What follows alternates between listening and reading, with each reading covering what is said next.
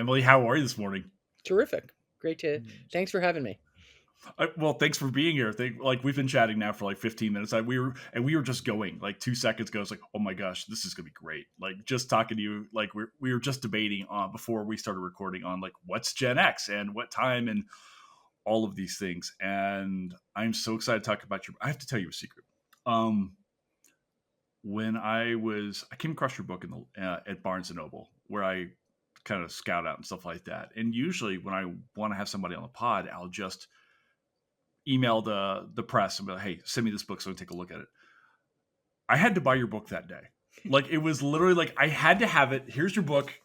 Cue this. I've actually been talking about this on social media all week. The Invention of Reality TV. I am so enamored with this book. I have so many things to talk to you about. But before we do you introduce yourself and tell us what you do? Sure. I'm Emily Nussbaum. I'm a staff writer at The New Yorker, and before that, I was the television critic for years for The New Yorker, and I've had various other journalistic jobs. And I've written two books. The first book was called I Like to Watch, Arguing My Way Through the TV Revolution, and it was more of a collection of my criticism and profiles. And then there's this book, which is this big monster that traces the history Quite of large. with this nice colorful cover, traces the history of reality television from its origins. And so this book actually runs from 1947 to 2009, which often surprises people because they assume it has a different time span, that it starts with Survivor, or it's about modern stuff. But it really is it's a book about the invention of the genre. Where did this come from? This TV genre that ate the world. And that people both hate and love, and is kind of an undeniable force, for better or worse, in shaping things that go far beyond television. Yeah, I just had a friend of mine, Kelsey Johnson. She's an astrophysicist on the pod, and we were talking about her work, right? And talking about black holes, and I was like, "Oh my gosh, reality TV is the black." It's like you just get sucked into it, and it's so expansive. It has so many effects on things. Before we get into that, I have to ask you a question. What's it like to win a Pulitzer? Because how do you find that out? Like, do you get an email? Does someone call you? How does that happen? Honestly, it's like purely positive experience. I didn't know that I was up for it. I got a call from my boss who told me, and I honestly thought he was joking in some way, like because Right. I didn't realize that it was a possibility. So look, it was great. I was very excited. Then I went to a fancy dinner and met a bunch of great artists like who were there. Lin-Manuel Miranda was there the night that I went. And yeah, I mean, it's just one of those experiences where there's zero bad things to say about it. It made me feel wonderful and very appreciated. Literally, the only negative thing about winning a Pulitzer is then when you're working on rough drafts or you write something you're not satisfied with, you're like, "Ugh, like I won a Pulitzer. I should be able to write something better than this." So it's a goad. But yeah, no, I mean, I like obviously it's very meaningful, and it's wonderful to be placed in the concord of the other people who won it because they've done all of this good work. No, I've got a couple friends who have won them, through the history ranks, right? Right. And surprisingly, no one has anything bad to say about That's the thing. It's like, it's okay, right? there's nothing to complain about. I was so happy. Nah, no, it's amazing. And now that I've read your writing, which I see how. I also have another question before we get into this movie and your work. Who do we blame for Duck Dynasty? Actually, I don't know. When did Duck Dynasty come out? Because that's not actually No, in the I book. got to Let me look thinking it up. about this. Oh no, boy. All I know about Duck Dynasty, which I've seen, and I understand that it was like sort of a hoax, right? Because the guys in it were playing characters. Yeah, that comes after the period I write about because it Oh was yeah, yeah. 2012 to 2017. So, It seemed like we couldn't escape from them for a while. yeah, You know, I yeah, um I actually come from I'm from Kentucky originally, and I come from like a very like working class hunting and fishing like family and things yeah. like that. So I was actually familiar with these guys through their series of like game calls because my dad was like a big hunter and things like that. I never was, but he was.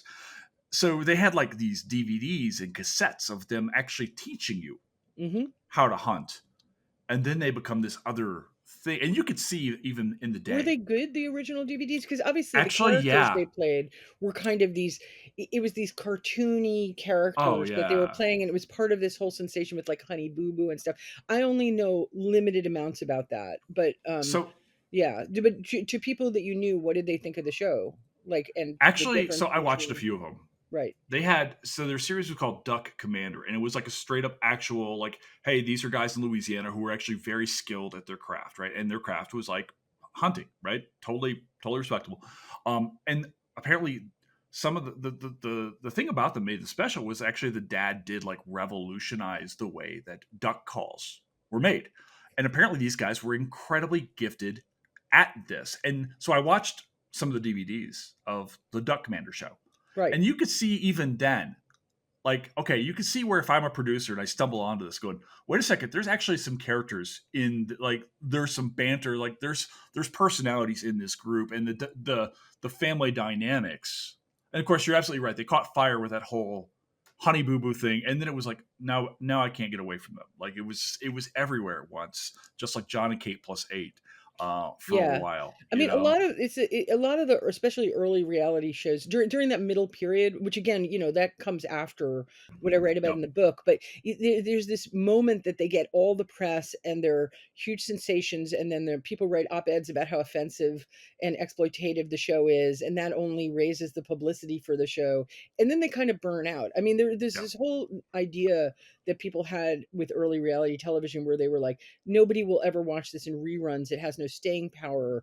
That's why it's junk. But that has proved not to be true at all. People really do feel nostalgia and watch these shows in reruns. But those shows were also, yeah, they were part, first of all, they're they're after the period where people were pretending that certain kinds of shows were documentary at all. Like, Right. they were after the period that in the industry they call soft scripting, where it's essentially a collaboration between the filmmakers and the people on screen, where they're saying, okay, you guys go in the kitchen and have an argument about blah blah blah. Like, it's essentially improvised quasi reality, but even more true for something like that. I mean, there's so many different kinds of shows, and that was a show on which they were playing characters. They're playing characters that have their names. Everybody plays some kind of character when they're on screen to a certain extent, but those seemed like they were characters that were different from who they are. Because at least as I remember, people kept publishing exposés about how they weren't really these particular kind of cartoon. Yeah, there's always like a pushback, right? Yeah. About once And this there was stuff a kind whole of comes out. political thing connected to them, It, which I hesitate to speak on as a non-expert on it. But I did got like the basic feeling. sure. But the thing that happened with them, which is that there was outraged press that was combined with a boom in publicity and therefore a cult audience, is something that's happened literally over and over again. Where it's like the more apocalyptic the press, the more excited people are to see the show that will destroy the world. Don't we see that in our boy? Speaking of what tomorrow is, we'll see. Yeah. Yeah. Oh my gosh. All right. I want to ask you. When I saw your book, I reached out to you immediately. I was like, "Hey, do you want to come on?" Also, hi. We've never talked, and you want to come on my pod? And I was like, "Do you want to do Truman Show?" And you said Reality Bites. Well, Why by Reality the way, Bites? I first of all, I have to say, The Truman Show is literally one of my favorite movies, and So rewatching good. it for this book, because the title of the book, Cue the Sun, is Mm-hmm. from The Truman Yep. Show. And The Truman Show is a brilliant movie. It's also very prescient because The Truman Show came out, I think, in 1997, right? So it came Right. out before Survivor and before the turn Mm, of the century boom. So it's a very broadly powerful movie. Yes, it's about reality television, but it's also kind of a spiritual movie that has all these existential things to say about power and who people are and all this stuff. And it really holds up. I will say that I wanted to talk about Reality Bites because Reality Bites, there are parts of Reality Bites that I like a lot. I feel a lot of affection for it, but it doesn't have that kind of broad, lasting power. It really is mm, a text of its time, and it's very much a Gen X movie. And it's one of a series of movies that I talk about in the book that are and as I'll describe, it's not like a literal parody of the real world. It started right. before that. But there are a series of movies and TV shows sometimes that scripted people made that were angry critical responses to the rise of reality television. So some of the earlier ones that you have are like when An American Family, which a lot of people probably haven't heard of, came out, but was a big sensational documentary about a family in 1973. Albert Brooks's first film was called I'm sorry, Real Life. Is Real Life, I Mm, think, is the name of it. And Real Life is essentially a scathing parody of An American Family. So one of the things that happens is scripted creators are often very angry about these tawdry exploitative reality shows, and they make scripted versions of what's going on in the reality show that are critiques of them, but are also often excellent movies. Like Real Life is a fantastic movie, and they take aim at what's phony about them. So Reality Bites is just one of these series of movies. Like Real Life is one. mhm, Obviously, The Truman Show is a response to a bunch of mhm. reality things, and I could name other ones. But Reality Bites is strange because it's this Gen X movie that was came from a screenplay that was written by a woman named Helen Childress, which she based on her friendship groups. And essentially, it actually was written and created at the same time as the first season of The Real World. But in the process of making the movie, it ended up involving people related to MTV, and it ended up being a reflection of and a critique of The Real World literally almost immediately after The Real World came out. And we should probably talk about what The Real World is for people who are not Absolutely, as familiar with it, but just to give some background just quickly on The Real World. So The Real World is a really important reality show. The Real World absolutely. was I think, if I'm remembering correctly, because all the dates sort of blur together in my head, but I think that in it was 1991 when John Murray and Mary Ellis Bunham first started creating like a little pilot for it, which was just like a 3-day Mhm, experiment. And what the show is what the credits of the show say. It's about 7 strangers picked to live in a house to find out what happens when people stop being polite and start getting real. And is essentially a show that was meant to be um, a kind of quasi documentary soap opera about 7 young artists in the first season who lived mhm, in New York in a loft together. But what it really was this extremely Gen X season of television, because all 7 of those people were had all of the feelings that people from Gen X had about artistic creation and authenticity and selling out. And honestly, it's a really beautiful season of television, and it was the source of a lot of tensions on set about what was real and what was fake. But that show came out on MTV in 1993. I think the timing of it, and it became a big hit, and it's a direct reflection of Gen X in a lot of ways, and it had its own conversations about it. Reality Bites, which obviously has a related name to it, was made basically around the same time, and it has all the same obsessions about young people who are artists and whether they're creating authentic things in the culture that are reflections of them, or whether they're being sold to and sold out. mhm. But the funny thing about that movie is that it has a version of MTV in it. It has this Yeah, version of MTV called In Your Face TV. So it's essentially a parody of the idea of selling to Gen X. So should I tell you about a little bit about, like, 'cause I don't feel like people know absolutely. Go. the history of Reality Bites is great. No, Helen Childress, who I interviewed for the book. I interviewed several of the people Mhm, for the book. I interviewed her. I interviewed Ben Stiller, who directed the movie. It's the first right. movie he ever directed. So the story of I Reality was Bites, surprised when I remembered that. yeah. I mean, it's funny because he and Albert Brooks, it's like they're these 2 comedians, and their first films were both parodies of reality shows. Mm, So Helen Childress was a college student when she wrote this screenplay, which is incredible. She wrote on spec a screenplay. I think it was originally called Blue Bayou. It wasn't called Reality Bites. And it was based on her friendship circle, and it was very um Gen X thing about young people worried about authenticity and being sold to very specifically. And I don't, if anyone our age might remember this, but there was a brand called OK Cola that was marketed specifically to Gen X people. And it had these kind of, monochrome cans. And it was basically like That's right. We don't give a shit. Like like the branding itself was supposed to be this sort of sardonic, I see through your false marketing. Mm. So people were understandably annoyed by this because it was like these sarcastic little cartoons. I don't remember the Right. details of it, but um, when Helen wrote the original screenplay, it was in response to that. It was in response to people marketing to Gen X as a demographic, and you know, the characters in some ways were based on her friends graduating into a recession. That was the origins of the movie. It had nothing to do with the real world or MTV. Then, you know, she had written this screenplay, and there was a producer, Stacy Sher, and another guy, I can't remember his name, and they were interested in the screenplay. They brought it to Ben Stiller. Ben Stiller at the time was a successful comedian who had, among other things, had a show called The Ben Stiller Show on MTV. Hmm. And he was and was you know, he's a wonderful actor and performer, and he liked the screenplay. And then the process that happened was that Ben Stiller worked with Helen Childress to change the screenplay. So in the original screenplay, if anyone's seen Reality Bites, the basic plot of Reality Bites is there's a young woman named Leilani. She lives in Houston. She's a recent college graduate. She was very successful. She was a valedictorian. And she believes that she's going to have this successful career in media, maybe as a filmmaker, maybe working in TV, but she's a terrible job. And all of her friends in this way, I mean, again, we're Gen X, so we remember the term slackers. They're Oh like, yeah. they're living in a group house together. They're really bummed out about their economic prospects, and they're frustrated. They're into hip music, and it's just it's a little subcultural portrait of them.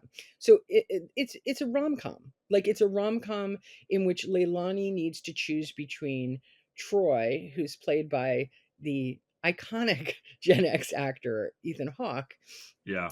and I'm sorry, suddenly I'm blanking on the name of the other guy who I love, who's played by So Ben Ben Stiller. Stiller, Yeah, Michael, right? Michael. It was Michael, right? Michael, Yeah. who's played by Ben Stiller, and Michael is like an executive at an MTV like station. So it's, you know, it's a classic love triangle, and the difference is like Michael is nice, but I guess a sellout because he's working in an executive Hmm. job, and Troy is, you know, a greasy, authentic rock star who doesn't sell out to the man, and so she's trying to pick between these two guys, and we'll discuss this later.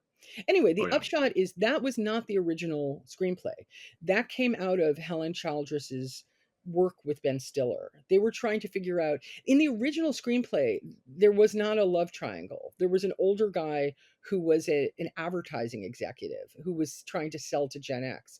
In the version they created in the screenplay, which she and Ben Stiller basically retreated to a hotel room and improvised the characters and tried to work through the development of the thing. All the other characters in the movie were much bigger characters with bigger plots before, and they were reduced. And what she came up with, which is, I have to say, like I may have my criticisms of Leilani's decisions, but is a pretty powerful love triangle and a character that didn't exist in the original, Ben Stiller's Michael, who is the same age as them, but has a completely different attitude toward these things and works for MTV.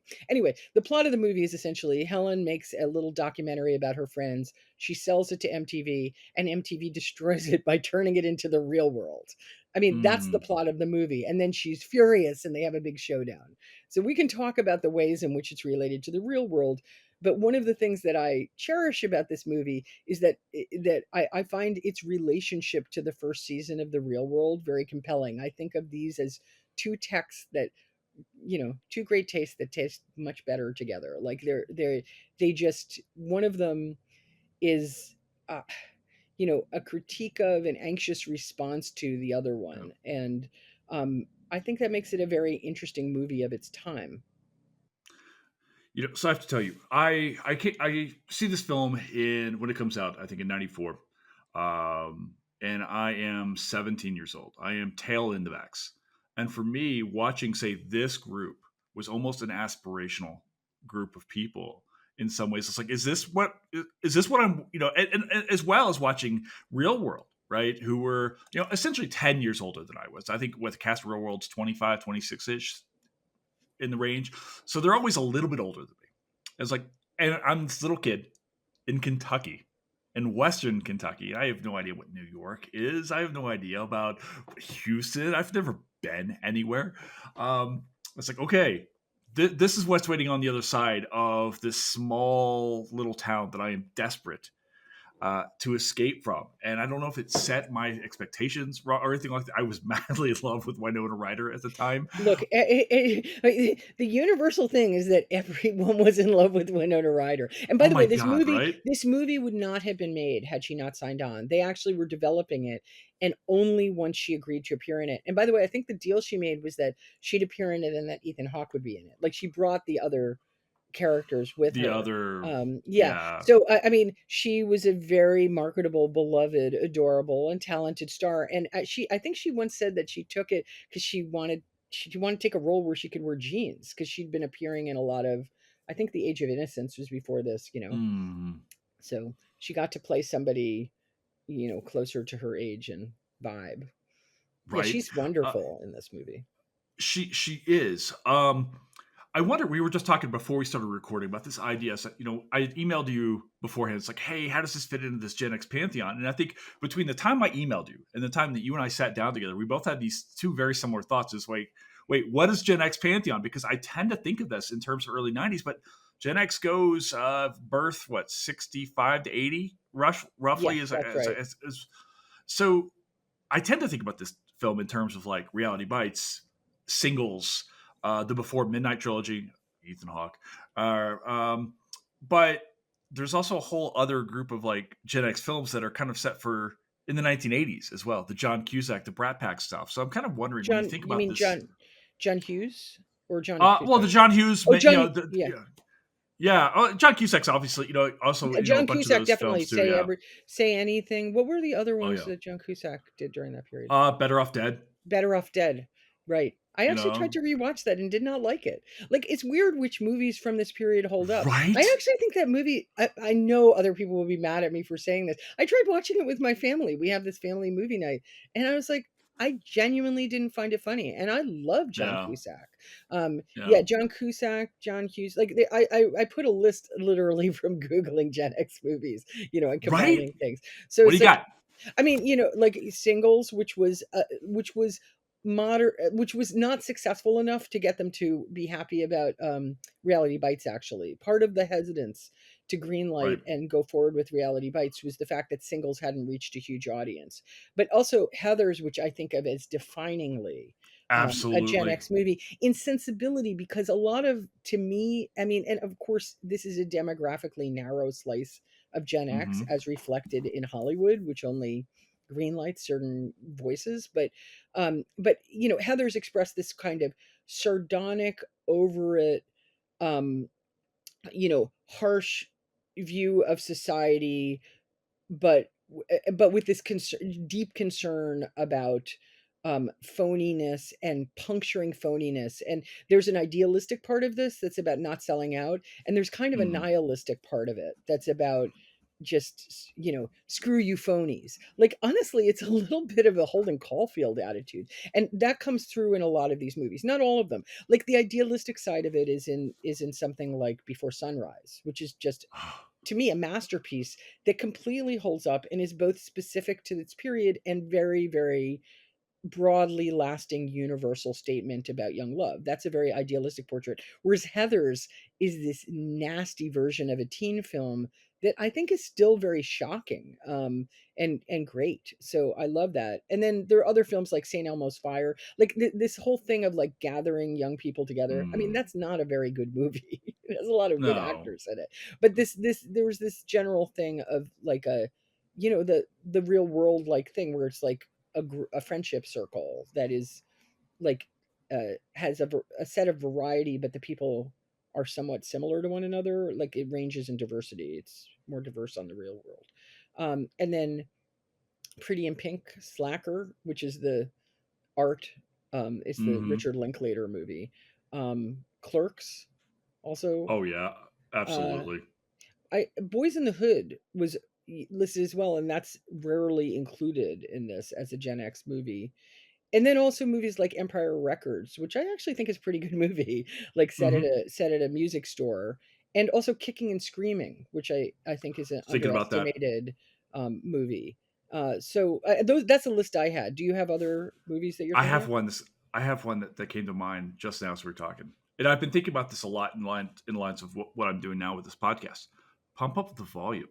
Pump Up the Volume is 100%. Like, it's weird. We could probably make a list of the like 5 things that define this particular type of Gen X movie. Pump Up the Volume has, and this is my problem with my own generation, has an obsession with musical taste as like a form of personal value and Hmm. identity way beyond what it should actually mean.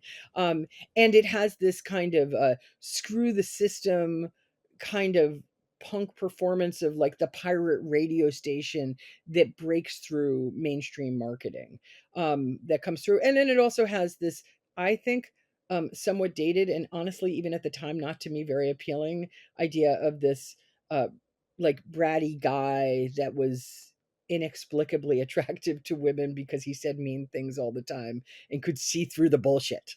So that's part of Pump Up the Volume too. I don't remember all the details of it, but there are these repeated motifs of, you know, sardonic dark-haired women who are very attractive and sometimes wear glasses, and then the Ethan Hawke kind of character. In that case, it was who's in that movie? It It's was Christian Samantha Slater. Mathis and Christian Slater. Yeah, I mean, those are also types of these that go through these movies, and you know, and they're in Reality Bites too. So, Yeah, I I mean, don't know, Emily. not the actors, the types of I think we're characters. starting to define my dating life from like 25 to 32 when we start talking about the dark haired. I think that all these women that had made an early impression on me, and I think about like with Pump Up the Volume. I'm wondering, did Christian Slater invent the podcast and right in front of us? I mean, Wow, I don't know enough about the history of Pump you Up the know, Volume, and but that idea of, I mean, again, this doesn't apply to every movie, but it does apply to Reality Bites. Is this kind of skepticism about mainstream media and being yeah. marketed to is what runs through these movies. Like Pump Up the Volume is about the banality of mainstream radio and how it hypnotizes people and they just fall for the BS of the music industry. And Reality Bites is about how MTV takes authentic art created by Gen X and slices it up and turns it into what this Hmm. movie regards as a phony comedic garbage sellout, which is reality television. So both of them are about this, and you know, there are a lot of these different movies that are have issues about how having good taste defines you and shows that you can see through what's being sold to you. And, you know, these are the subjects of Reality Bites, and it's what makes the movie kind of touching, weirdly dated. And, you know, honestly, even Helen Childress, who wrote the screenplay, is like, wow, when I look back on that movie, the rigidity and the choices the characters make do seem like very young person choices. But I don't know. I still think parts of the movie do hold up and some of the performances are very good, but it's kind of a fragile movie because It is. some of it just does seem very much of its time. Well, you've only got, say, I think an hour and 30, 90 minutes to tell the story, right? So, I get why maybe you can't flush out characters, in other ways. I want to talk a little bit, though. We're talking about this idea about Gen X's quest for authenticity because we see very early on, Leilani, we open up with her valedictorian speech and she's critiquing baby boomers, right? Dad later on famously gives her the gas card, which she's totally grossed out by, but absolutely needs it, as well as the BMW.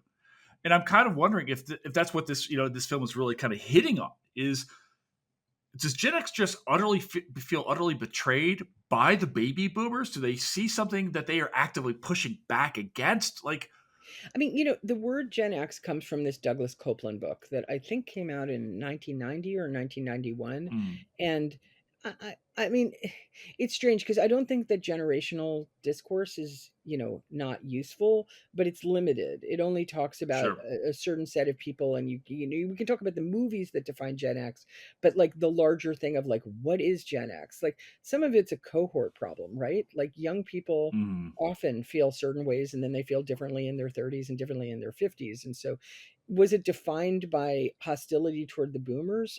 I actually think Gen X was defined by boomer hostility toward Gen X. Like there's this repeated motif where young people get scorned in pop culture. And in this case, Gen X was dealing with Mhm. a group of people saying, you're a bunch of, it was a small generation, because that's the whole point. It was like this is a Yeah. big boom and then this small group. And so, and we, they had graduated into a recession, and there was this notion that they were, whiny, brooding, artsy losers who just sat around and did nothing. And, I think one of the things that's good about the movie, and Helen said that when she wrote the original screenplay, she was reading a lot of anti-capitalist theory in college, and it was very much about how capitalism creates a demographic and sells to a fake demographic, all of which are completely legitimate subjects and themes for the Mhm. movie.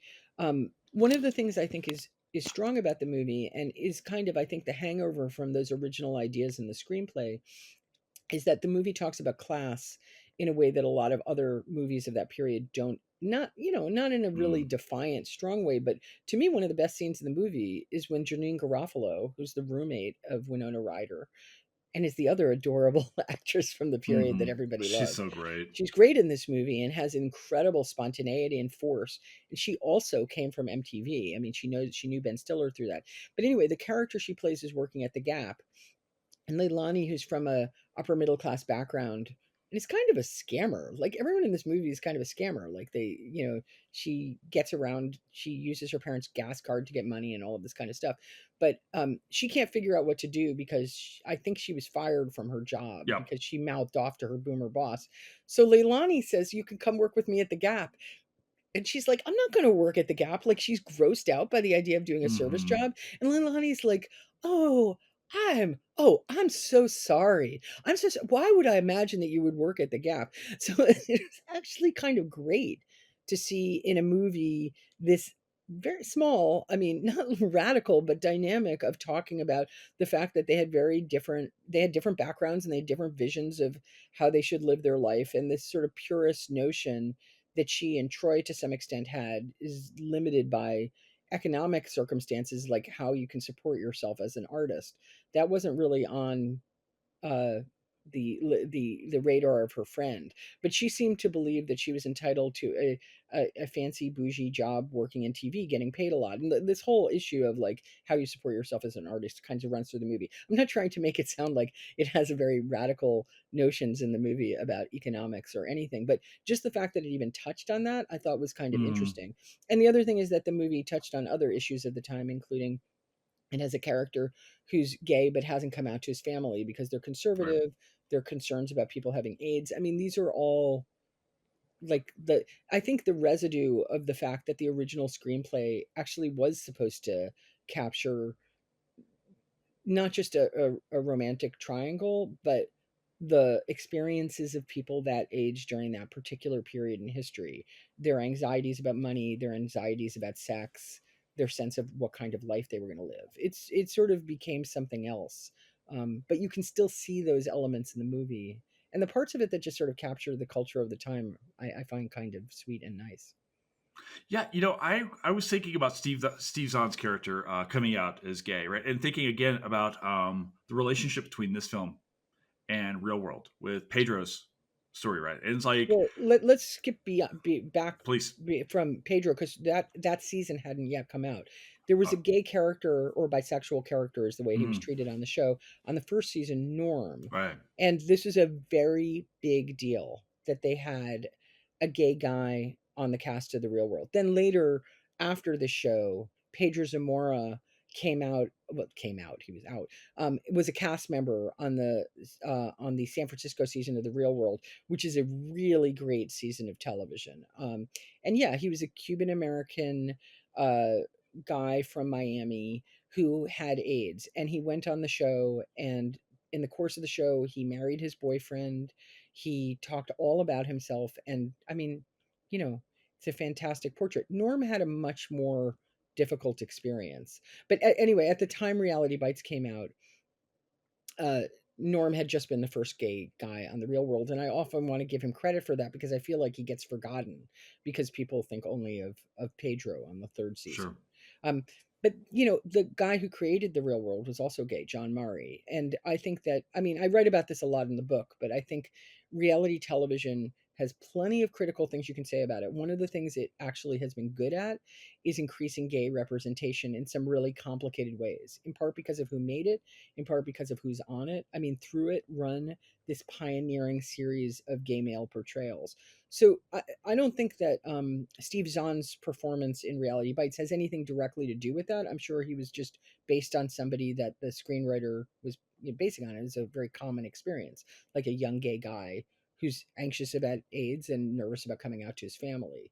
Um, but yeah, it was a breakthrough. Like, I mean, I can't, in 1993, there were gay characters in movies, and there were more indie movies that had been about gay identity, but it wasn't common, especially in a Mm. mainstream rom-com. So, and honestly, the stuff about the two friends is some of the most, to use Gen X word, authentic stuff in the movie, right? Like Yeah. those scenes with Steve Zahn are just great. Like Mhm. they feel like they're from a slightly different movie, but they're parts that are just like him talking with his friends and making dark jokes and figuring out what he wants to do. You know, I keep thinking about how this film actually there are other films inside of this movie where if we shifted the perspective to say Janine Garofalo, right, and made a movie about her, and then Leilani's just like this other her other friend who can't figure out her love life This is on the side, I could not you agree know. more with this, and I think this is true of a lot of the early reality shows too. Like, I often think the first season of The Real World, for anyone who's seen it, the main character is Julie. I think Julie's fantastic. I get why she's the main character. She's this Southern virgin who's a fish out of water in New York, and they Mm, knew from the beginning they wanted her as the main character. But if they had made Heather B, who's an up and coming hip hop star who became Julie's best friend on that show, if they'd made her the main character, it's a different show. It yeah, becomes about Heather's relationship with everybody. Like, all those structural things just change it. So yeah, you're absolutely right. Like, what if one of the other characters was the main character, and instead of being the romantic heroine, she was her pretty friend who crazy couldn't for decide between boys, who was caught up with this jerk that she couldn't seem to let go of. It'd just be a different movie. But you know, it's understandable, natural, and commercial for this to be a movie that, where it's essentially a mainstream romantic comedy with Gen X stylings, because the two men she's deciding between have to do with authenticity versus inauthenticity, or success versus purity, and all of that kind of thing. And the other characters sort of, you know, linger on the sides and are kind of part of the way in which the movie is a portrait of that little subculture, because it's pretty specific. It's like this one group of friends in Houston. It's not like every Gen X person. I want to ask you one of the things I found fascinating about your book was when you got into the specifics of how reality television gets made and like quite literally the changes that reality TV makes. And I was thinking about this in terms of this film about how Leilani's using her video camera and we've got the shaky cam and stuff like that. But you talk about this in the book about how reality TV really kind of creates this whole other mechanism for telling stories, the interpersonal, the direct cam talking conversations and things like that. Can you talk a little bit about that because I found that really fascinating. Well, I mean, I always say this about television in general is like, it's an art form, it's a economy, and it's a technology. Like, technology changes what TV is, and this is especially true for for reality TV. In the book, just to give you my quick definition of reality TV, because people often wonder, like, how am I defining it? How is it different? Totally. Reality TV in the book I call dirty documentary. What I basically say is it's the result of a set of experiments where people took, like, purist cinema verite documentary, and then they cut it with other things, the way you cut a drug to speed it up. So they cut it with soap opera, with game shows, with prank shows, in order to create this slightly um, compromised, speedy, powerful, serialized force. And so I include a bunch of different shows in the book. The Real World really comes out of that idea of, like, it's a documentary plus a soap opera, and it was very inspired by other things. And by the time they were making The Real World, you know, the technology had changed on a lot of these things. There Mm, were those cameras in the movie. What Leilani does is she has, I don't know exactly what kind of camera it is, but it's one of the cameras that people pretty commonly had during that yeah. period, where you would have a little tape in it, and you it was a portable camcorder essentially. So Mhm. she cuts together her documentary from that. And by the way, I'm just mentioning this on the side, but that movie's not called Reality Bites because at least when they created it, they didn't mean reality sucks. It was actually Right. supposed to be like little bites of Bites of reality, reality. like Yeah. sound bites. Um, and those were what Leilani uses. Now, when they made The Real World, they weren't using camcorders, obviously. It was a show made by MTV. But I have to say, they did have limited technology and they had to make things up on the fly. And so when they were filming the first season of The Real World down in downtown New York, um, they had just two cameras that had these huge cords. And so there was actually a limited amount of footage that they could capture with the two or three cameras. They would follow the characters around town.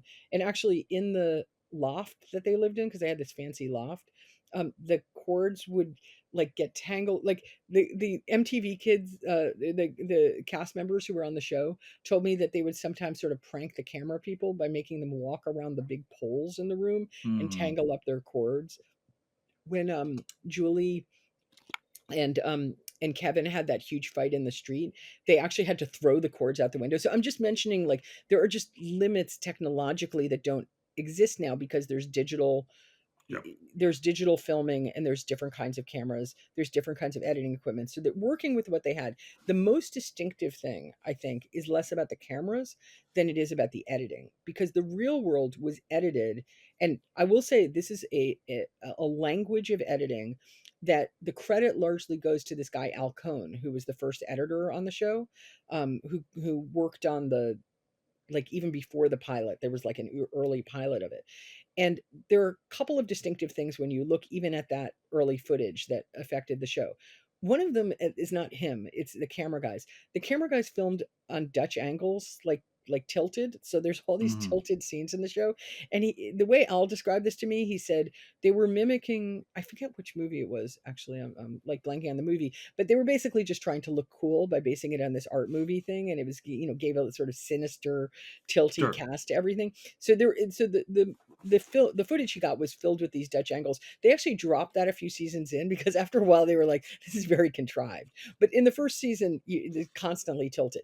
But the other thing is that, he had to cut this real life footage of people interacting.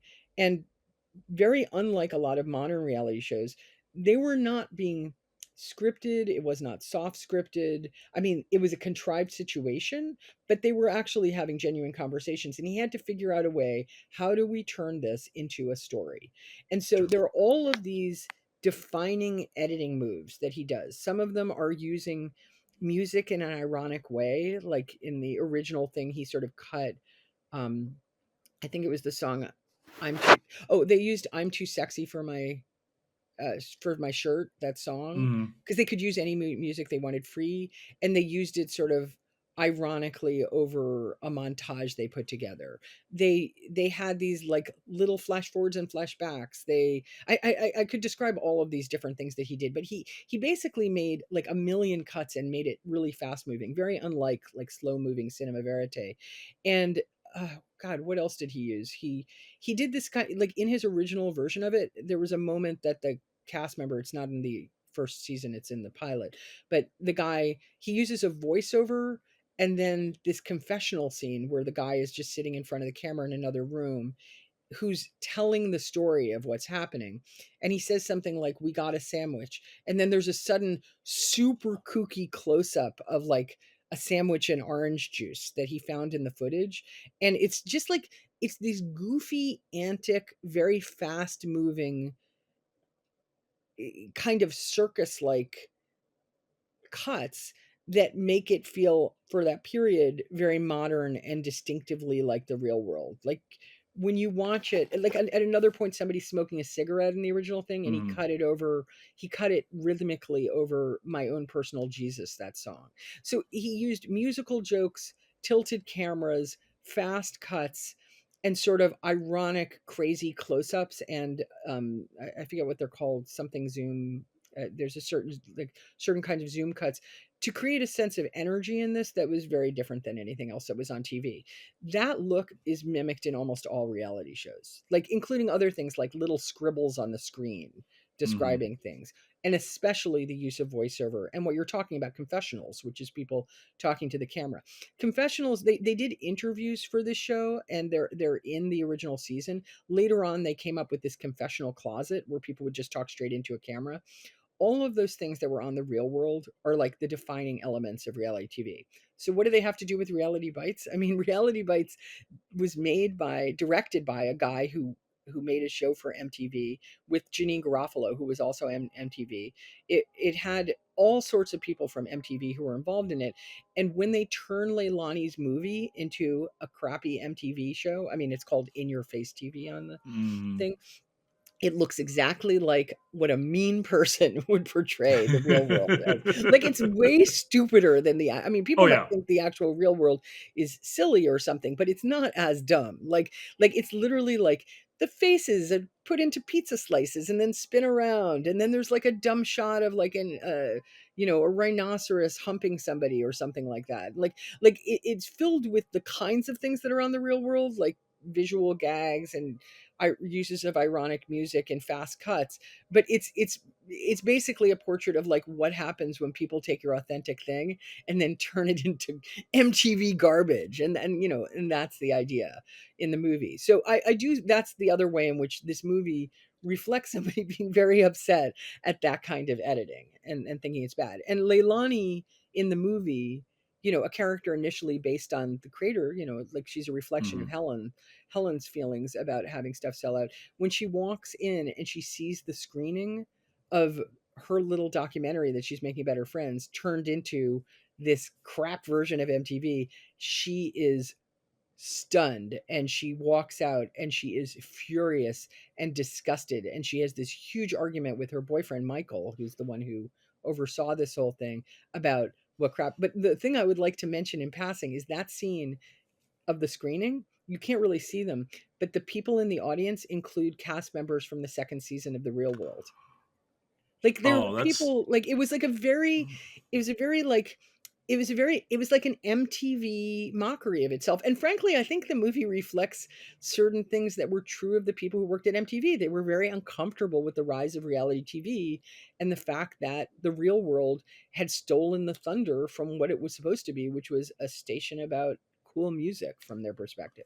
So that movie is also a reflection of, like, in an inside joke way, like MTV's own distress about the real world, oh my god, right? right? It's Like, so that's what true it is. because it's almost because we see these memes all the time. Life after if life what would happen if MTV had kept putting out music, and it's almost like in the inside the real world you have really the birth of maybe the modern reality show and also the death knell for what MTV was. I even like I have a few outlying feelings about this. I mean, I Yes, loved MTV. I watched it from the time they had the first. I mean, you and I are almost a decade apart, but like we both yep, are from this same we grew up generational on it. period. But I'm a little older than you, so I actually Mm. remember when they first did the video killed the radio star video. Like, I literally Wow.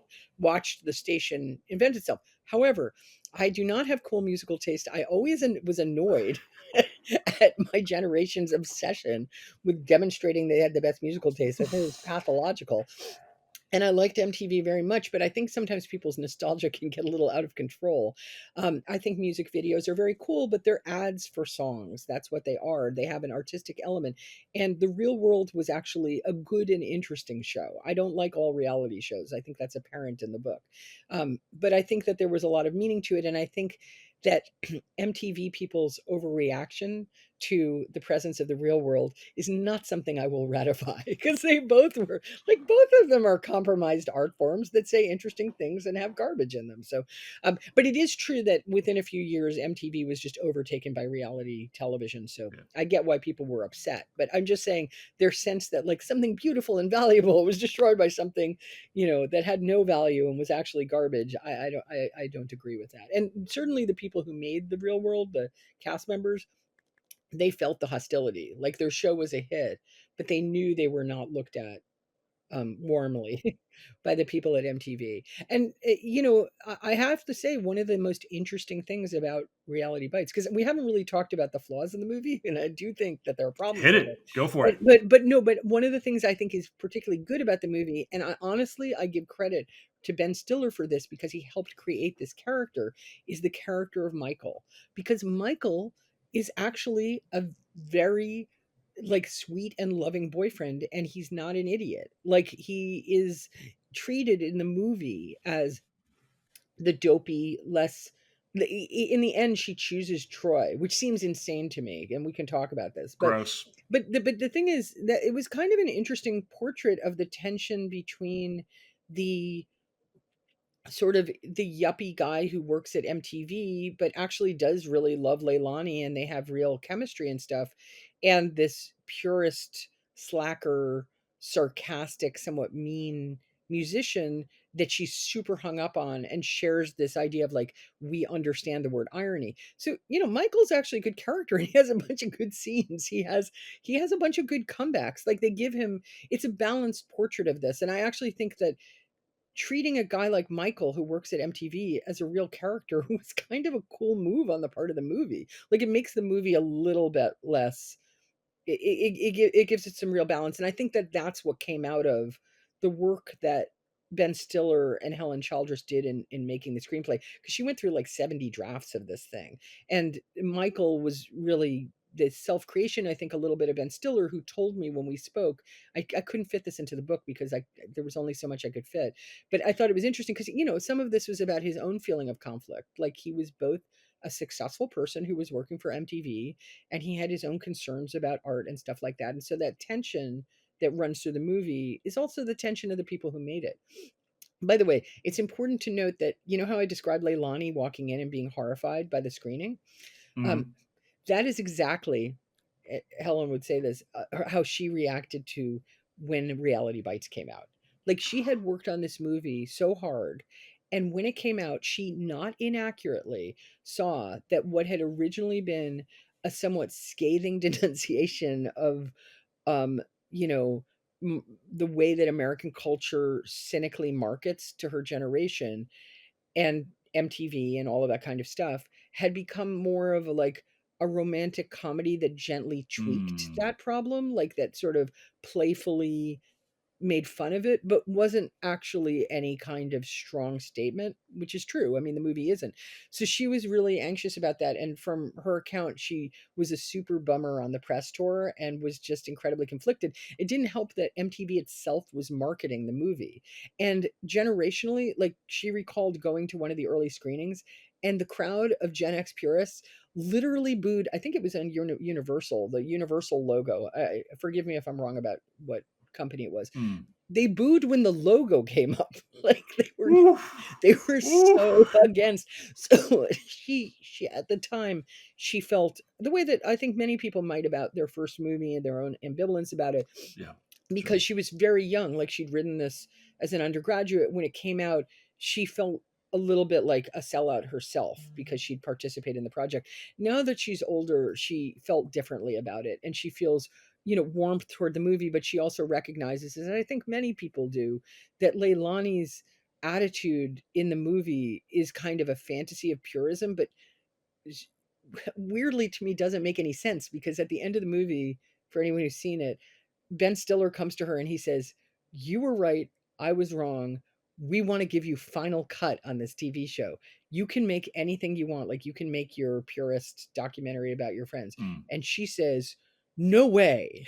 I will not participate in this. Instead, I will go off and do a pure thing, which is write a novel and get together with my horrible ex-boyfriend." Awful, terrible Terrible human guy. being known as Troy. Yes. So she goes off and does that. And in the context of the movie, I guess that made sense at the time. It's the one part of the movie that does not hold up, although it's kind of touching in its way. And it's also the one part of the movie that super does not translate to young people now, who are a wonderful generation, universally, not universally, a wonderful generation which culturally, in a broad sense, is very comfortable with selling out, and finds, in a certain way, very silly the idea that you wouldn't cut a deal, certainly with a company that gave you final cut, but even at all, like with an advertising company and all this stuff. Like, there's a completely different attitude among millennials and Gen Z people about the idea of participating as an influencer, doing Yeah. branded stuff, like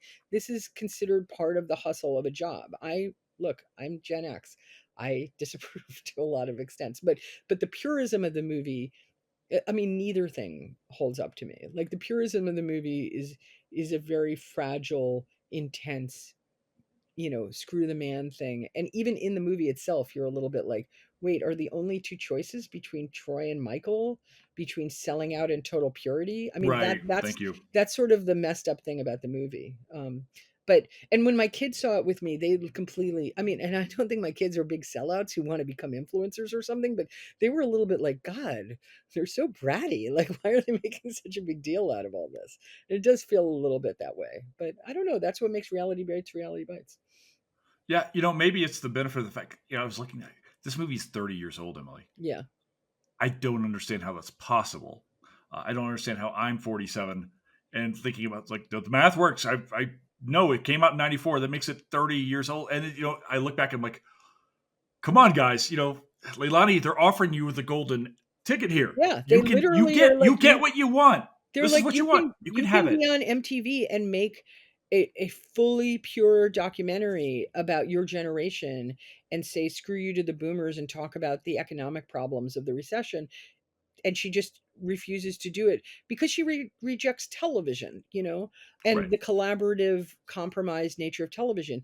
And that makes sense for the character, but there is a way in which it's like, really, like this is your opportunity to speak to a big audience about things that you care about and actually maybe change the system, but she doesn't want to do that. Like Right. she actually wants, and I people react to this all sorts of different ways, but honestly, I mean, I think there's some problems with this movie, but I think that's one of the things that makes it an oddly powerful piece of pop culture, is that it does create this strong response in people when they see her do this. There is that great, like Ben Stiller really does get some great pro compromise lines where he goes, "Oh, Hmm. I'm sorry, did I cross some line in the sand of cool?" Like they're just such The reflexive jerks, her group of friends. Like anybody who seems to them to be some sort of basic bitch or sellout or whatever is just deserving of their contempt. And I think that that's, one of the weird dynamics of the movie is you're not quite sure when you're watching it, like, am I supposed to be on their side? Do I like these people? They're like Right. hipster bullies, but like, you do like them to some extent. There are great moments. Like my favorite moment in the movie is nothing to do with these themes. It's just they go to a 7-Eleven and dance to what do they dance to? My What Sharona. My Sharona, of course. So they dance to My Sharona and they're just bopping around. And that part Kids. of the movie is just, first of all, it does feel weirdly specific, like just because 7-Eleven in Houston, but at the same time, it is a universal experience of being with your friends when you're 21 and just Yeah. acting like super Real. goofuses, and it's very spontaneous. And then the camera work is cool because it moves outside and then you see them inside this thing. I think that's very beautiful. Like those are the parts of the movie. Like I would never hold this movie up as like Before Sunrise, which is like one of the great movies of all time.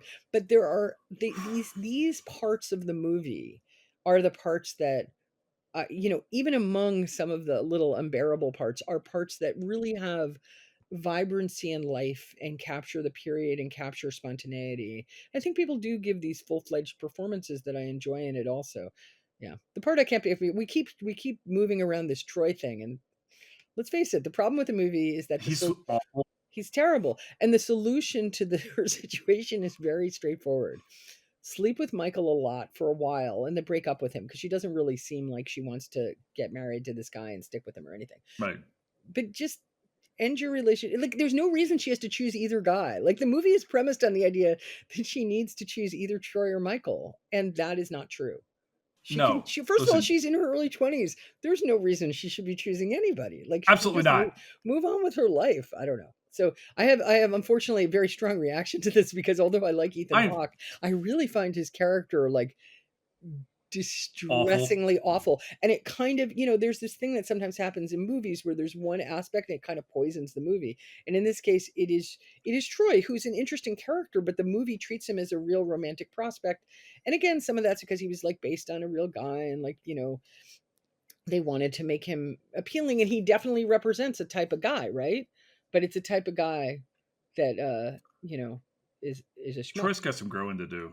Well, it's You know, funny because in Heathers, the payoff in Heathers is, with the same actress, is that she says to JD, if anyone's seen Heathers, like Wow. Heathers, Winona Ryder is in Heathers, and JD is the bad boy in Heathers, and he's uh who plays JD in Christian Heathers? Slater. Christian Slater. It's so weird. It's this shifting set of Gen X Hmm. actors because he was in Pump Up the Volume too. But anyway, and he's playing this sort of Jack Nicholson-y bad boy. Um, and at the end of the movie, she says this great line where she basically is like, well, let me actually look it up because it's a really good line where she says, basically, I don't want to be with guys like you. She rejects the whole idea of the bad boy rebel as catnip for smart girls who want to take a ride on the back of their existential motorcycle. Unfortunately, in Reality Bites, even She after leans in. he's incredibly nasty to her, and then because she feels sorry for him because he's a sad guy and he's grieving his dad died, the idea is they're going to get together and that's a happy ending. But it doesn't feel like a happy ending. It didn't feel like a happy ending when I saw the movie at the time, and it doesn't feel like a happy ending now. It feels like a horror movie because you're like, oh no, you're about to end up with the worst boyfriend that you ever had and commit yourself to him, maybe even have a kid with him or something eventually. You can imagine this happening, and then just when you imagine stuff that comes at the end of the movie, it's bad. But there is one Yeah. joke in the movie, right at the end during the credits. Do you remember that? Yeah, like, because they show actresses. Well, it's actually Duff Playing them and right. Evan Dando on an MTV show playing Leilani and Troy, and then the credits roll, and it's Michael who created the show. So the real comic payoff is again about the real world and about MTV. It's that Michael, after their breakup, has clearly ripped off Leilani's relationship with Troy and turned it into a really cheesy MTV show, which is, the revenge we all seek Deserving. on exes. Yeah. Listen. Troy and Leilani are going to last about 2.5 weeks. And if there's a future for Troy and Leilani, it is them coming back together 25 years later after they have gone off, married somebody else, lived completely different lives, grown up, and then find each other. That's the only way this works out long term because they are absolutely not right for each other I, in I I would 1994. love to think they would break up in 2.5 weeks. I think what actually happens is they stay together while they work on their little artistic things they're trying to do, including, I think she's going to write a novel, right? I'm Mm, not sure. Maybe I'm misremembering that, but I think they end up having a kid. They seem like, and then have a terrible divorce. So I actually don't agree that they break up in 2.5 weeks. I just don't think she has the sense to do that. I want to find that line where she says, sure. "Cool." It's something about cool guys like you. Uh, and let me look it up. Heather's. The line is, it's something about her saying, she says, "You know what I want, babe? Cool guys like you out of my life." So it's like, that's the happy ending. She blows up the bomb, and that's the end of her and JD. It's good. Yeah. Um, I want to ask you about this. We've been talking back and forth about MTV so much today, and you can't separate this film from the soundtrack, much like you can't separate singles from its soundtrack. So I do want to talk a little bit about the music. Is there a song here? Is there something here? When you think about this film, do you think about the music at all? And do you have a personal favorite here? I have already established myself as a person who has musical taste, but not good musical taste. And so, Stop. no, it's true. I mean, I have broadly ranging, but I will say that when I actually look at the things, like, there are iconic Hmm. songs in here, like Lisa Leib's "Stay," which was a big Absolutely. Gen X song of the time. There are two songs that I will note that are the songs that I love, and aside from My Sharona, which is a great scene, Let's the find out. songs are. I was a huge Squeeze fan, so the fact that "Tempted" is in this was amazing to Hmm. me. But the song that really works for me is weirdly not a Gen X song. It's "Baby I Love Your Way" by Peter Frampton.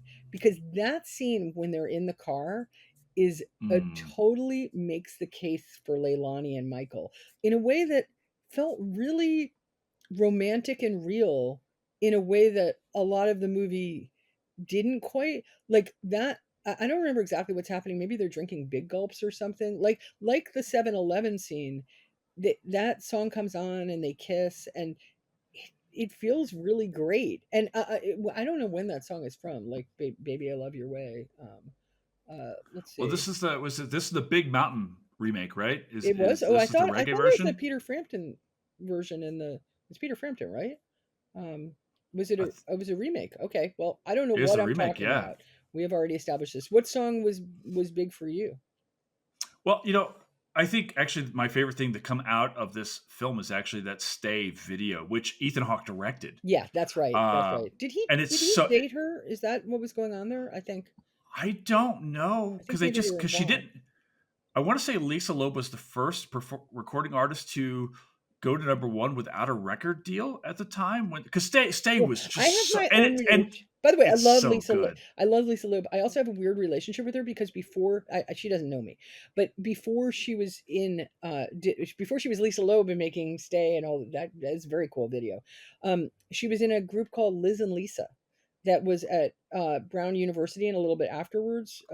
And Liz, her partner, was went to my high school, so I followed Liz and Lisa the whole time that Oh, they okay, were like that's awesome. an up and coming band. So it was just like this weird thing to me when she suddenly broke out and became this huge deal. And she again and this is nothing against her music because I think her music is really good, but visually she was iconically that Gen X brunette with glasses, right? Oh Like it yeah, was the this glasses, beautiful girl with glasses who the glasses seem the glasses, intellectual in some way, like in some the code. horn rims, and all that. Yeah. There's another song on there. Hmm. Um, you hear it's actually early in the film, which is by World Party. When You Come Back to Me. I don't know that. I don't remember that song. I They think you played should early play in it the on me. song. We should. Mhm. It's like now that we're talking about it in depth, I can get Fletcher to lay this in because there's something about copyright laws where we have to actually talk Oh, about the I get film, it. the Okay. music to play it. But it is a positive song, and it's maybe something a little bit different than like you see maybe on some of these other songs. Like on the single soundtrack, there's a lot of really down stuff on that soundtrack. It is in my mind the best soundtrack Yeah, I've Singles ever has heard, an but it amazing is soundtrack.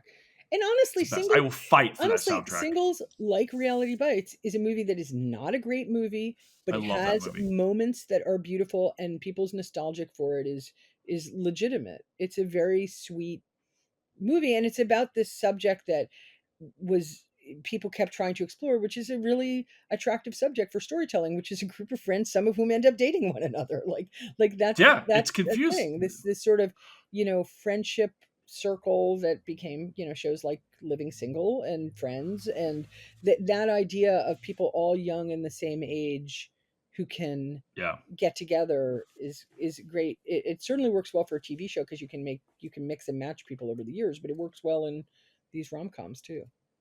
They do something really good in that film too, which is as they pan out at the very end of the film, if you recall, they start to pan out from that apartment complex and start to filter in all these other conversations from around the city.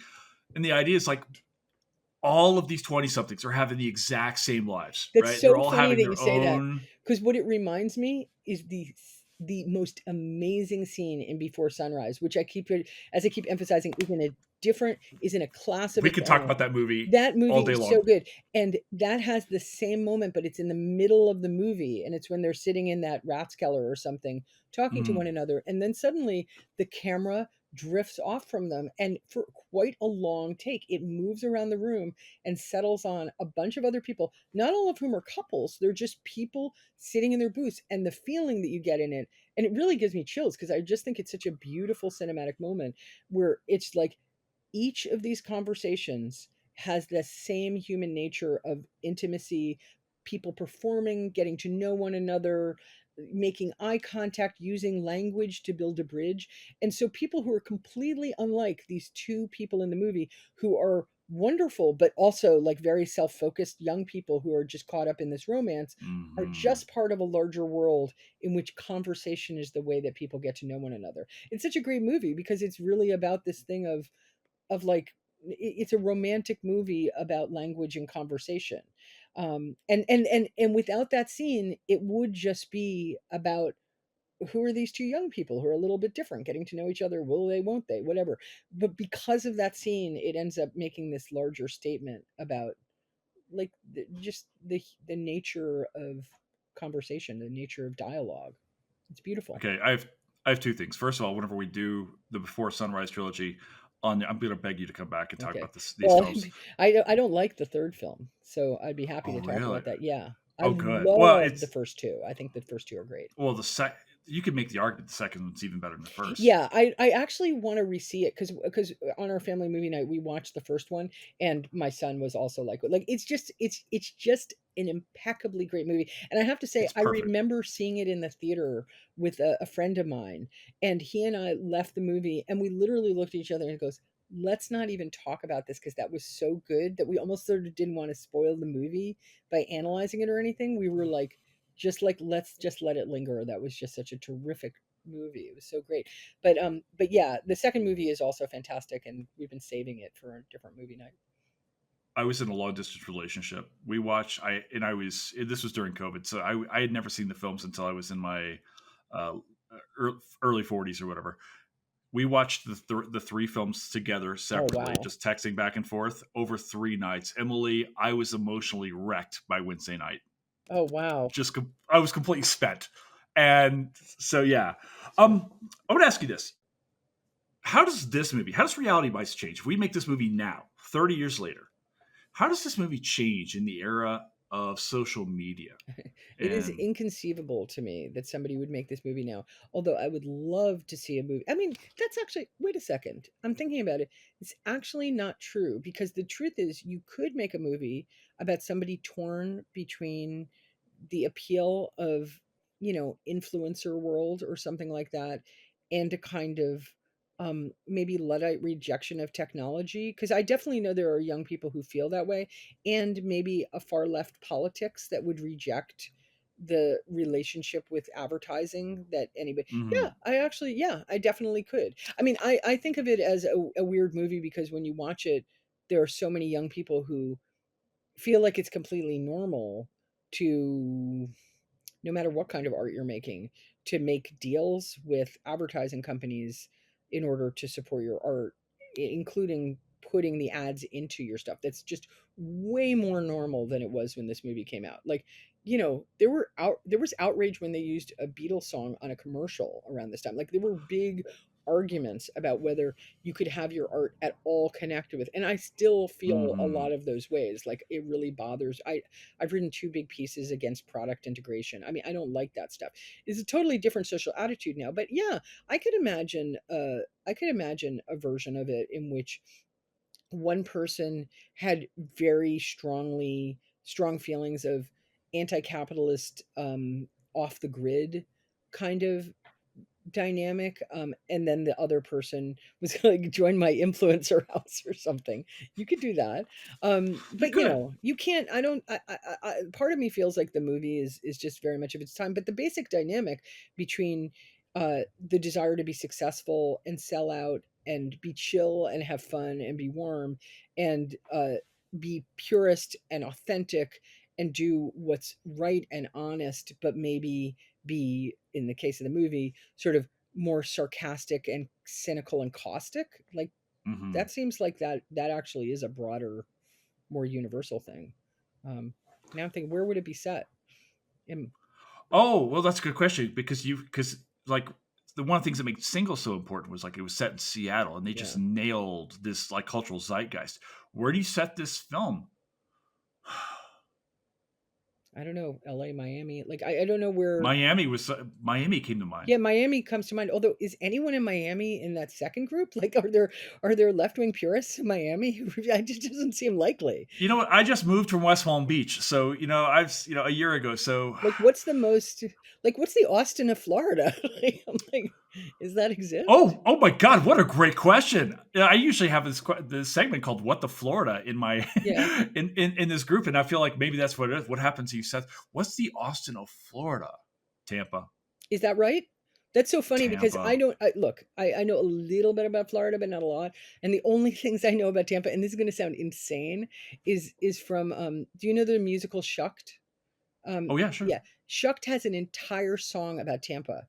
It's so funny. It does not make it sound like the Austin of Florida. You should, if you're interested in perspectives on Florida, you should see this song. I It's look so no, I specific. would It's love. all about these things about Tampa, which is not a city I don't think that had another song Tampa's about it. Tampa's got this weird history. I mean, but like I actually we did a we've done a bunch because I'm a Florida historian by, Sure. by training, right? And I've got a real love for it. The I mean, you know diversity so and much history more of it, about this. it is so cool. But outside of Florida, you know what? We set this in Omaha. I don't care. Let's just go for it. Let's Omaha. Maybe let's go to Kansas Nebraska. I City. don't know. Kansas City has I was just in Kansas Kansas City. Kansas It's City, amazing. Kansas City. I've never been to Kansas City, but I know Kansas City has a huge art scene. Oh, So actually, that would make sense to me, right? Like you would have. So I don't know, I don't know why we're writing this up. By the way, we are. I just read online when I was prepping for this. I think they're doing a TV version of Reality Bites with some of the same people involved, or at least they were in 2022. I have no idea whether this is happening. It's not a bad idea. But I don't know whether it's set at that time because I think look, people have a lot of doofusy nostalgia for various time periods, including this kind of Yeah. pre-technology. Um, I think making something in Houston. You know, it's funny until I was rereading about the thing. I think I associated all Texas like hipster Gen X things with Austin because of Yeah. Slacker. So I was to be reminded that it was set in Houston. I'd forgotten that it was set in Houston. Exact same over here. Like I like. I thought Austin. yeah, I thought I thought it was Austin in too. Austin.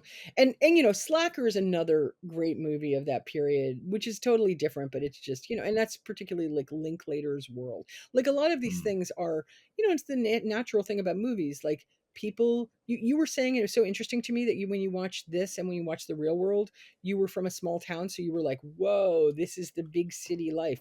I'm Mm. from suburbs of New York, so I loved the first season of The Real World. I was living in Atlanta at the time, and I remember being like, "Oh wow, I remember New." But you know, I did know New York. Like it wasn't a completely unfamiliar place to me. Right.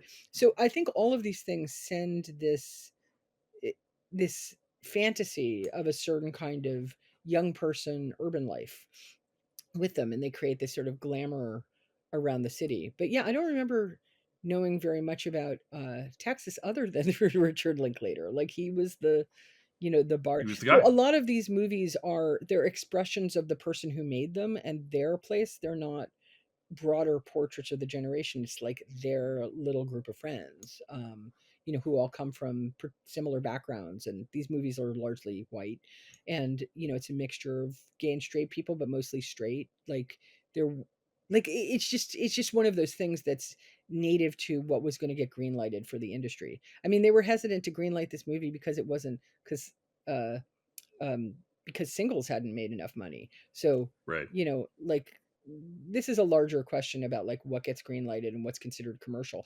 One of the things is this movie was Reality Bites was somewhat successful, but not like a huge smash. And there was this question about do you market it as a broader comedy or do you market it to Gen X? And at least judging from Helen Childress's account, Gen X was resistant to seeing themselves represented in this movie, which struck some of them as a sellout movie, including her to some Mm. extent. So it was a tricky thing to market these things to Gen X because while you might have perceived it as a, you know, a fantasy, some people were like, you know, had that feeling when they see themselves on screen where they're like, that's not me. This is a Hollywoodized Right. version of me. And they It's just not didn't pure. like it. One of those people, I will say, was Andre from the first season of The Real World. I think I mentioned this in the book, but Andre was the long haired rocker from the first season of The Mm. Real World who was in a band called Rain Dance. And when he went to a screening of the movie and he walked out because it was too upsetting for him. Like he actually in a weird way had a very traumatic experience making the show, even though I think anybody who watches this, Andre's a minor character and he does not have a negative portrayal. Like they show him napping a lot. It's like a little bit of the slacker thing, which is maybe unfair, but Sure. it's not like he's portrayed as a villain or any kind of bad guy. But he was grossed out by it for exactly these reasons of purism and not selling out. He hated how he came off. He hated his hair. He literally quit his band, broke up his relationship, cut his hair, went into a different kind of music because he hated being associated with this like MTV rocker character that he felt like he had been portrayed as on the show. And so Reality Bites freaked him out. Like he hated seeing it. And I told him at the end of the movie, she rejects making a deal with MTV. So he was like, maybe I would have liked it if I had stayed to the end of the movie. But he walked out. And the funny thing is, Leilani this young purist, slightly like funny and attractive, but kind of, you know, like, potentially smart documentarian, but also kind of an entitled person who feels like she should be a big shot. She's ambitious, but she's neurotic about romance. I don't know. Like a lot of Mm, women, but is most upset about this idea of like, what kind of art can I make and will it sell out? A lot of young women associated with the real world identified with this, yeah. including, and this is too long a story to get into, but including Danielle Feraldo, who was maybe the most Gen X person who worked on the first season of The Real World, who was a 26-year-old, definitely artistic purist, who'd actually suggested elements of this to her older boss, Mary Alice Bunham, uh, and then ended up working as a producer on the show, and then was very upset about parts of the show that she thought were sellout and phony and all this stuff. Some people told her, "Is Leilani based on you?" And there are other people who thought Leilani was based on them. Leilani wasn't based on them. It's not like portrait, a secret portrait of somebody who worked at MTV. But even though it was originally based on Helen Childress, it was something that a lot of young women who felt those tensions related to, especially people who worked at MTV. So, there's one way the outer world sees it, and there's another way that it's like a Mm. mirror of what it felt like to be like, I love cool music and I'm working at MTV, and maybe it should be a success. Maybe I should sell out. So, I want to come back to your book, which everyone should go and read right now and buy for other loved ones and everyone else, because I'm not kidding how much I love this thing. Um, you trace the history of reality TV over decades, so I'm gonna ask you to pick three okay. three of the most important reality TV shows ever made, or at least Okay. in your mind. I'm going to cheat. Please. Number one is Candid Camera, which Ooh. started on the radio as Candid Microphone and is the first prank show created by Alan Funt. Extremely important origin of reality television. The second one is Where I Cheat, because I basically say An American Family, which is the lesser known show that had Lance Loud and Pat Loud, had the first gay man on television. It was about a family in California. It became a huge scandal in 1973, and it was wildly influential.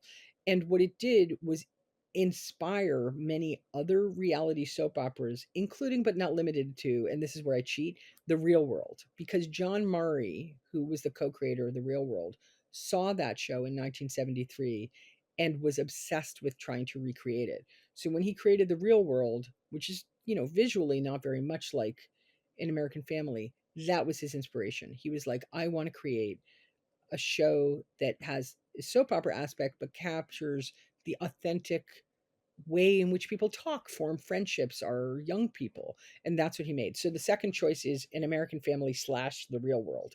I think the third one's obvious. What would a person choose as the most important reality show? Survivor.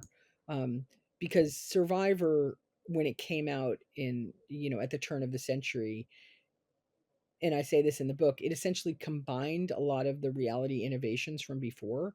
It's a um, it's a competition show. It's basically it's a game show that has prank show elements that somehow, because it's such a good format, creates a soap opera. It invented a new kind of format.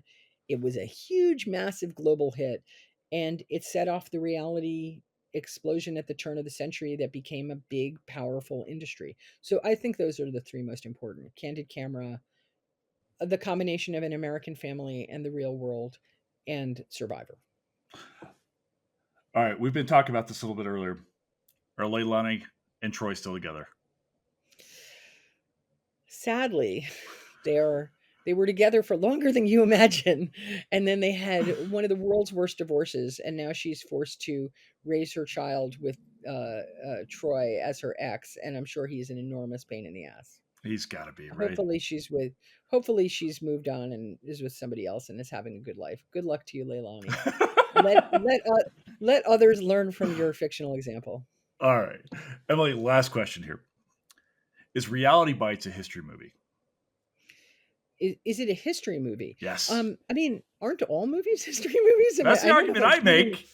Yeah, I mean, all movies are capture a period in time, are made by people at a certain time to reflect their values and ideas. I will say it's more of a history movie than a lot of other movies because it's literally intended to capture like a subculture and a generation at a perfect time. It does so imperfectly, but what it does is capture the tensions and dynamics and fantasies of that cohort at that time. So in that sense, yeah, I would say so. It's amazing. Um, Emily, I cannot thank you enough for coming in and talking to me today about your book, about this movie. This has been an absolute blast. So, Thank you my so much. gosh, It was thank you. really fun talking to you. Oh my gosh, this is amazing. Thank you so much.